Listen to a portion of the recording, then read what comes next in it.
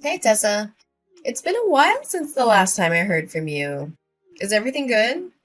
I'm so sorry I didn't have time to text and call you as often as I used to. I'm a famous writer now and I've been swamped with interviews and book signings. Ugh. I hope you didn't take it too personal and forgive my carelessness. Hi Heather.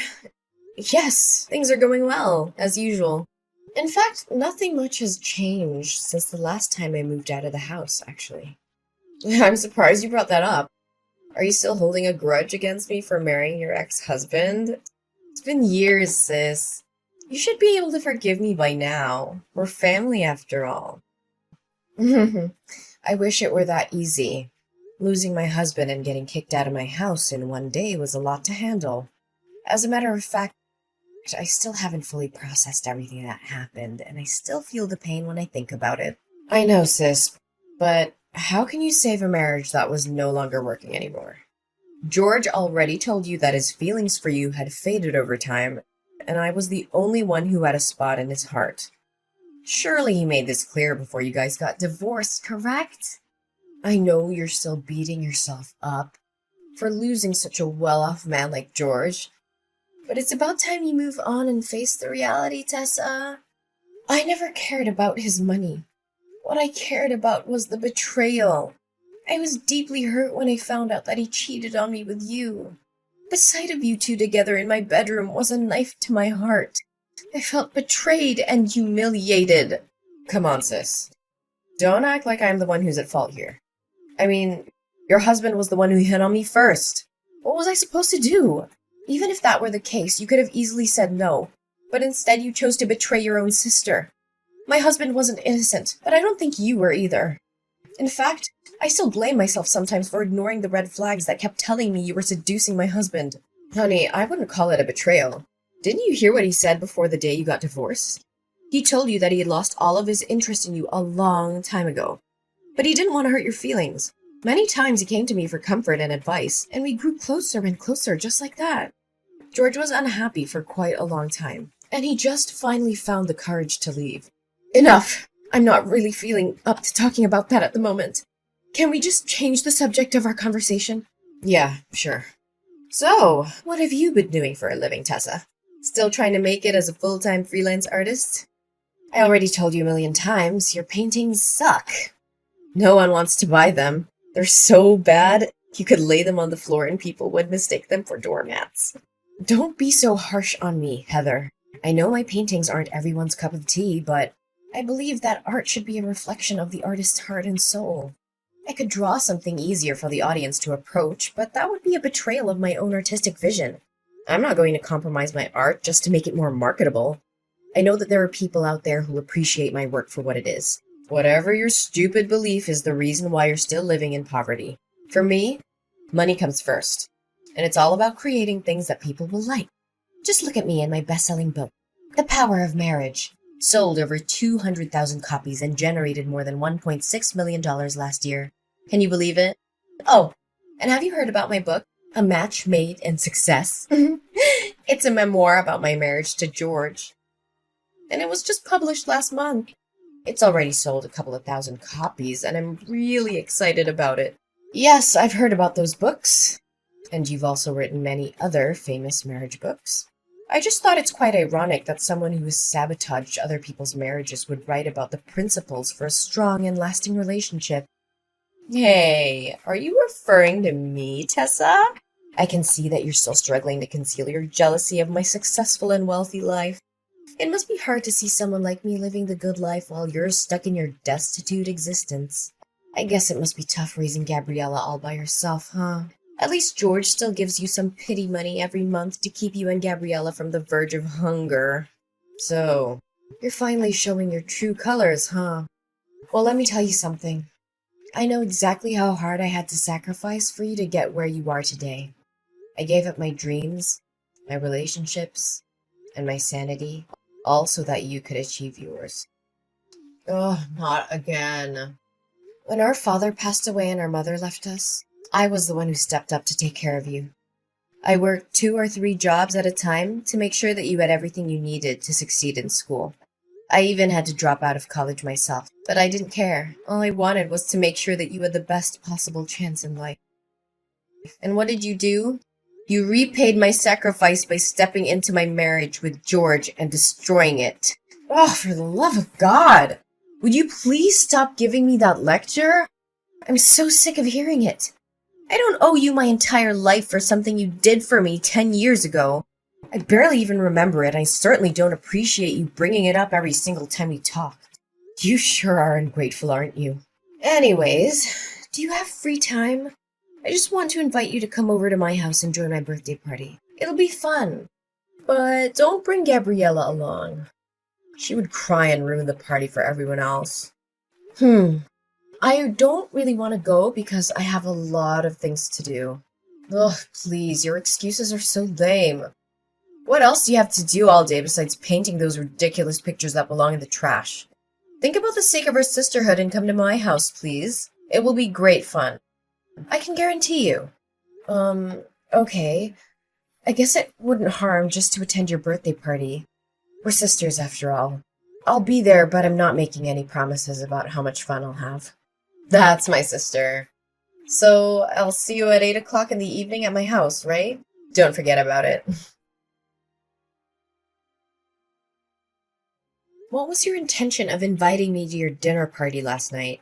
You treated me like my presence wasn't even important.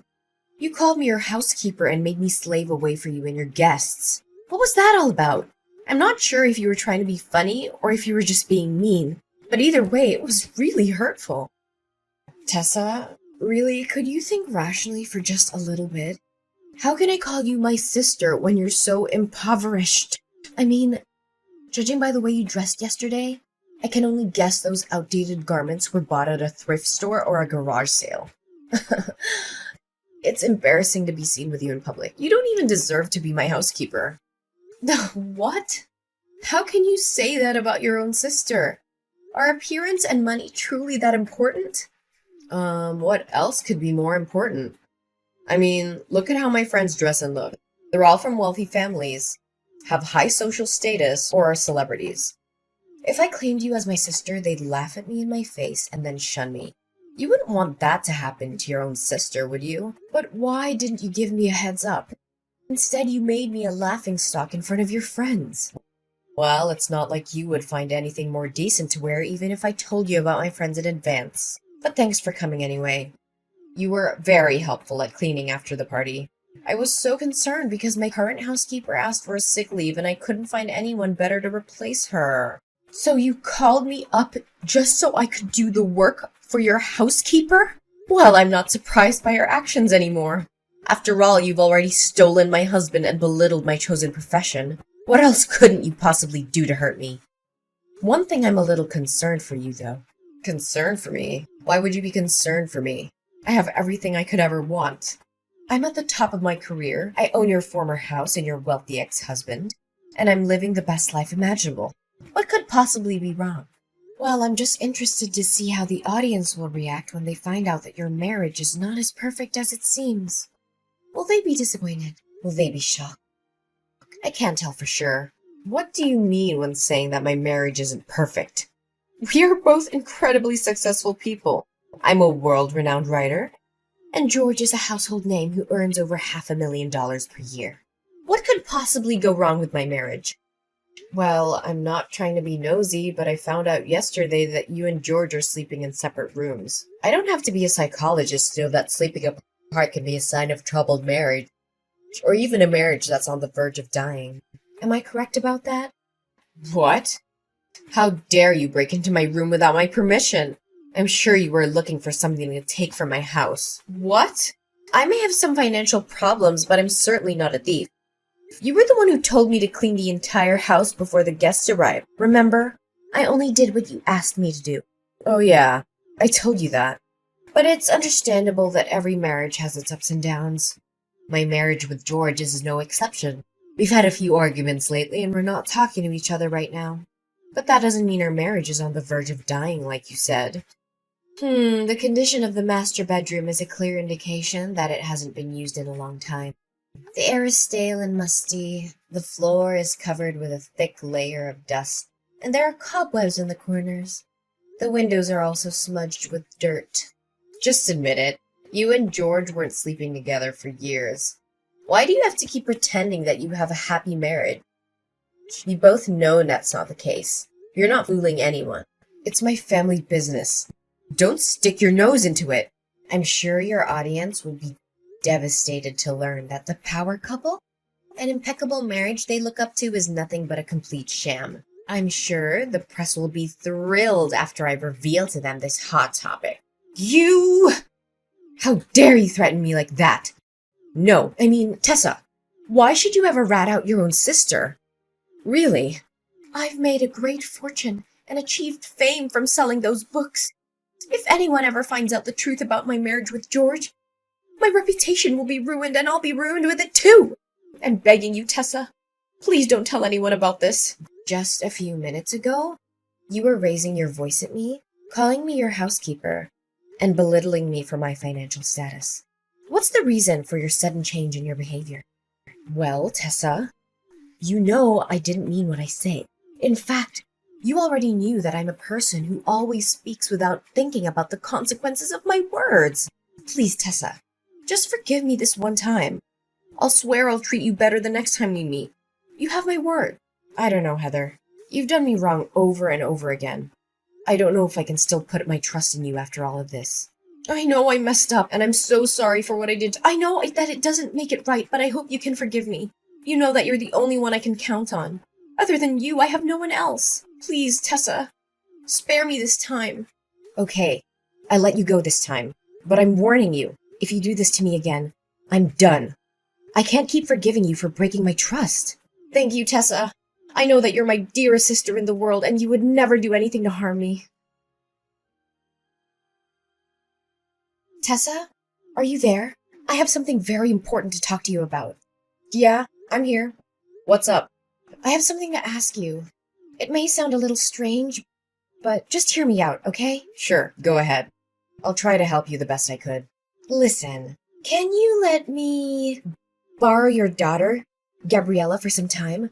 The situation is urgent, and you can't say no to me. What? Borrow Gabriella? What do you need my daughter for? In fact, what are you even thinking? I know this is a lot to process all at once, but I had no other choice. Press has been hounding me with questions about my child with George.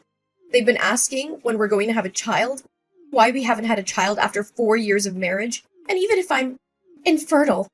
I've been bombarded with so many questions, and I finally felt like I had to defend myself. I had to tell them that we already have a child, but we've chosen to keep her out of the public eye. So now you want Gabriella to pretend to be your own child? That's only gonna worsen the situation. You can't cover one lie with more lies. You know that. But what could I do in that circumstance? Tell them that my marriage with George isn't fulfilled and happy as it looks on the surface? If the press found out about it, my life would be a complete disaster. I've worked so hard for my career. I've built everything I have from the ground up. The fame, the money, the spotlight. Everything I own would dissipate in just a blink of an eye. How can I live with that? I don't know, Heather, but this is just too much. Gabriella is my daughter, and I love her more than anything in the world. I just can't hand her over to you like a merch. Oh, sister, don't make it sound so complicated. I'm just gonna borrow Gabriella for the press release of my upcoming book. After that, I'll let her back into your arms, safe and sound. In fact, after appearing at my press release as my daughter, Gabriella will become famous just like me. With her newfound fame, she'll be able to earn a lot of money and sign contracts with large brands. This'll turn you and your daughter's destitute life into something that's worth living. Don't try to bait me with money. You know that I'm not a materialistic person like you. Besides, Gabriella doesn't need the kind of fame that is based on lies. She deserves to be famous for her own merits, not because of someone else's deception. I don't want her to end up like you, living a life that is based on falsehood and manipulation. I know, but at least help me out this time, if you still consider me your sister. Look, if you don't lend me a helping hand this time, my whole career and everything I put effort into will go down the drain. Do you actually have a heart to see everything I've worked for get destroyed right in front of my eyes? Look, If you don't agree to my plan, then I have no reason to exist in this world anymore. What are you saying, Heather? Please don't think about doing anything stupid. You still have a whole life ahead waiting for you. Just divorce George and rebuild your happiness from scratch. You still have plenty of time. You're still young. Are you crazy? I can't give up the fame, money, and glory that I'm possessing. It's the most ridiculous thing I've ever heard. If you don't agree with my plan, it's all over. Don't break my heart into a million pieces.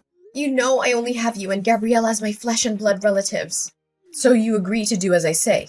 Come on, I'm only borrowing Gabriella for 1 day. I'll have her back to you before you know it. All I'm going to do is introduce her to the audience and have her practice answering some questions for the press. I just need her to convince everyone that I'm her mother. I promise I won't do anything to harm her. I just need her help for 1 day, and then she'll be back with you. Okay then, if you insist. That's my sister. I'd like to borrow her for tomorrow morning for my press release. It starts at 9 a.m., so I'll come to your house at 8 a.m. to pick her up. You know, this press release is for my new book, The Parenting Journey, a roadmap for raising happy, healthy children. I know the audience will love it, especially when I introduce my own child, who I'll claim to be the source of my inspiration. This is so wrong, Heather. I feel like you're lying to the audience, especially your fans. Honestly, my biggest advice for you at this very moment is to stop before it's too late. I know. Just help me this one time and I'll promise I'll never ask anything from you ever again. Fine. I'll help you this time, but please don't do anything out of line. Heather, where are you and Gabriella? I've been waiting for you the whole day. You said you were going to return Gabriella to me by 1 p.m. Didn't you receive my innumerous texts and calls? I'm sorry, Tessa, but Gabriella's staying with me. She's such a bright kid, and the audience fell in love with her immediately. Did you know that just today, my new book has sold a couple of thousand copies? It's thanks to Gabriella. Tessa, I think I'm going to keep her around. Will you let her stay with me? No! She's my daughter. How can I let you keep her? Oh, come on, Tessa. Do you honestly think that you're giving her the life she deserves with your scanty income? I, on the other hand, have a solid financial footing that I can guarantee you that I'll take a better care of her than you ever did. I promise Gabriella will be showered with fame and money when she's become my child. There's no way she's going to agree with your stupid idea. She knows very well that I'm her mom, and she will insist on coming back to my arms. Oh, Heather, she's a 2-year-old kid. She can't decide for herself. Besides, I'm already at the airport. Me and my husband and Gabriella are heading to another country where you can't find me. Don't worry. I'll send you a couple of pictures of your daughter every now and then. Your child will be a great tool for me to earn even more money. I knew you would do something like this. You know? What do you know about? Look, I overheard the conversation between you and George. You saw how the audience reacted to Gabriella, and you decided to exploit her for your own gain. You only wanted to use her as a tool to further promote the image of a perfect family that you're crafting. Do any of my words sound wrong to you? What? So you already found out about my plan? Why did you let me carry on with it anyway? Well, I just want the world to know your other side of personality, and what's better than catching you red-handed. By the way, me and the paparazzi are after you. We were tailing you all the way from your house to the airport. You're not gonna get away so easily. And what's happening between us is being broadcasted live. Guess you're making $1 million worth show, just as you always wanted. What? Where are you? Show yourself now. I don't have time to play the game of cat and mouse with you. Well, take a look behind your back and find out. Heather was shocked when she saw me in a crowd of paparazzi chasing after her, demanding answers. Everyone now knew the truth about her so-called happy and successful family. It was all a lie, a carefully crafted facade to make money. In reality, Heather and her husband George hadn't spoken to each other in years. She'd found out he'd been cheating on her with another woman, and she had been too humiliated to tell anyone. Now, the truth was out, and Heather was facing the consequences. Her books were being boycotted, her reputation was in ruins, and she was being sentenced to 3 years in prison for kidnapping. The prospect of my sister being able to write again seems daunting, and it may take a considerable amount of time. Additionally, I am uncertain if anyone will ever believe what she says again after what happened. Finally, Gabriella got back into my arms again. My precious girl is the angelic light that guided me even during my darkest days. She's my reason for living, and every picture that I paint reflects the immense and inseparable love between us. As my daughter Gabriella became famous, my paintings also gained more recognition. The audience finally understood the deep meaning behind my paintings, which depict the special bond between a mother and child. Eventually, I was able to open my own painting gallery. With the proceeds of the sale of my paintings, which amounted to almost $100,000, I donated half the money to charities that provide financial assistance to single mothers. I hope to uplift their lives in the same way that mine had been uplifted.